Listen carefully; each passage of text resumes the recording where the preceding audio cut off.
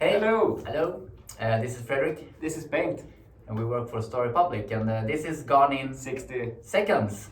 It's a summary of the month today because it's an international version today. Yeah, every month, international version. So, Bengt, what has happened this week and month? Yeah, we will have an overview what happened in the e-commerce market here in Sweden. So it has been an intensive week, so to say. Today, as an example, we visited Handelsbanken and Ecster Pay and talked about unified commerce. And what was clear was that we were inspired within different trends and benchmarking. But however, we realized that some of the great ideas out there, to be able to reuse them within your own industry, you have to tweak them a little to make them work for yourself. Yeah, you need to have some guts and to dare take some risks. Yeah, also, of course. Cool, and we've also seen some great statistics now from Svensk Handel. Basically that 35% of all people will buy their Christmas gift online. Yeah. And if you look at the age of 25 to 45, it's up to 70%. So of course it's a clear trend. And that is of course, we can see also a sign now after Black Friday, a lot of returns. So much like 1 out of 3 are sending back their gifts or whatever presents they buy. That's a lot. And what do you think about that? Should the e-commerce sites do anything about that? Yeah, we've seen a few examples here in Sweden. For example, one big online player is Boozt, and they have some challenges with some of the customers with a lot of returns. And I mean a lot. A few customers send several hundreds of returns every year, and of course that creates a problem. Become a pattern to buy things home. Yeah, ASOS mentioned the same challenge. One option, of course, if you do and consider, is to close certain customers down. And a few ideas. Here's a tips that you can also build in some business logic in your site where it's not possible to order too many items on the same time. You can have also a restriction on the business model that you have free returns, but just up to a certain level, and then you have to pay for it. Yeah, it's a trend 2020. We will see a lot of things, I guess, on returns. We believe that. Otherwise, some highlights. We went to the Omni-channel day from Dibs and heard some great presentation. Cellbes, do you want to mention that? Yeah, it was exciting. They talked about the re-journey they're doing. They're growing a lot now and it's going very well for them. And the reason why, the CEO said that they dare to test and try new things, and when it's working, they scale it up. Really interesting. And one more thing was that they had done, as an example, a roadshow to meet a lot of the customer. Like physical meetings. Yeah, and that worked really well in combination with online. So here's a tip for everyone. We think that you should meet your customers a lot, but with high emotional intelligence. And one more thing, don't forget self-service also. Oh, good advice. Yeah. Things about Stefan's book, Sharkonomics.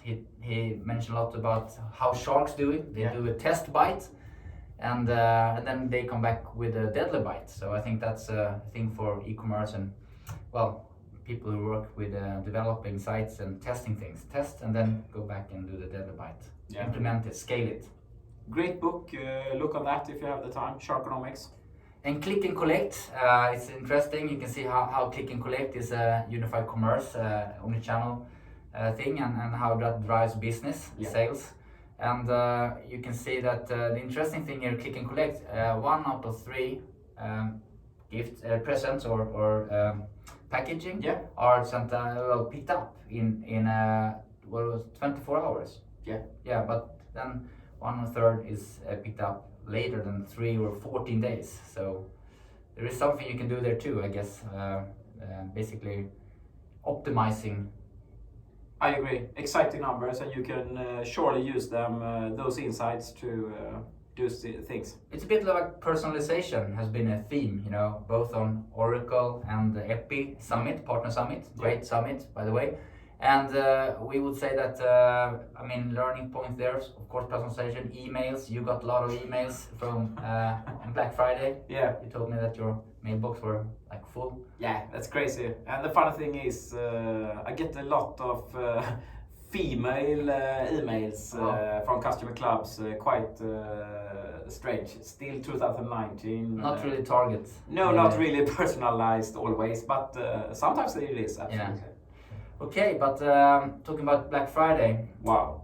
Big day, and some were like had a really maybe more win in the sales, so to speak. Yeah, it's really big now in Sweden, and the trend, of course, has expanded to cover a whole week. Now it's Black Week, and one major example, of course, is Naked. Congratulations, really, I guess, exciting figures public now from them.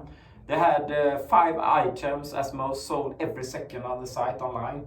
And they actually sold 1 million items during only 1 week. And they delivered to customers in more than 72 different countries. Wow. Yeah, bravo. Bravo. And yeah. They have a shop here. Yeah.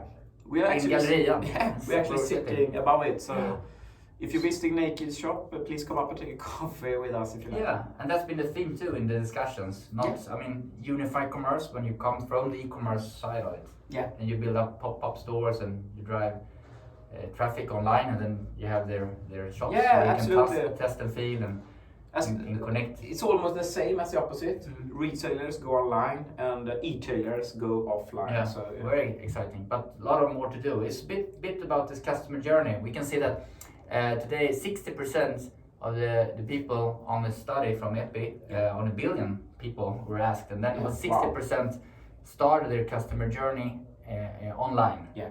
And out of that, 50% started with their mobile. Yeah. And a colleague to us, Ola, has Ola Linder has written an article about that.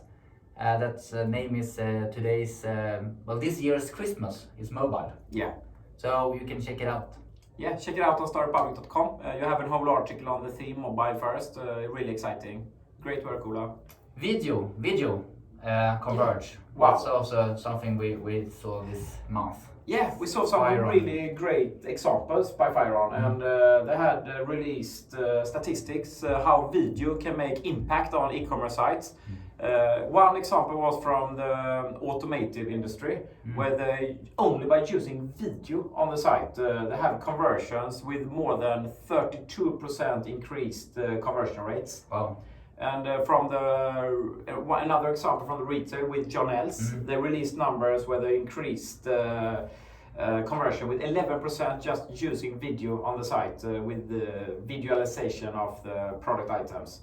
And when they removed the video, they did alpha beta test, then they saw that the conversion was dropping with a third. So video can really have a great impact on your site. So good tips there too. Yes, payment we need to talk some about. I mean, we have Klarna who's making some international really good progress, and some other companies that we met, and Habit Modegala.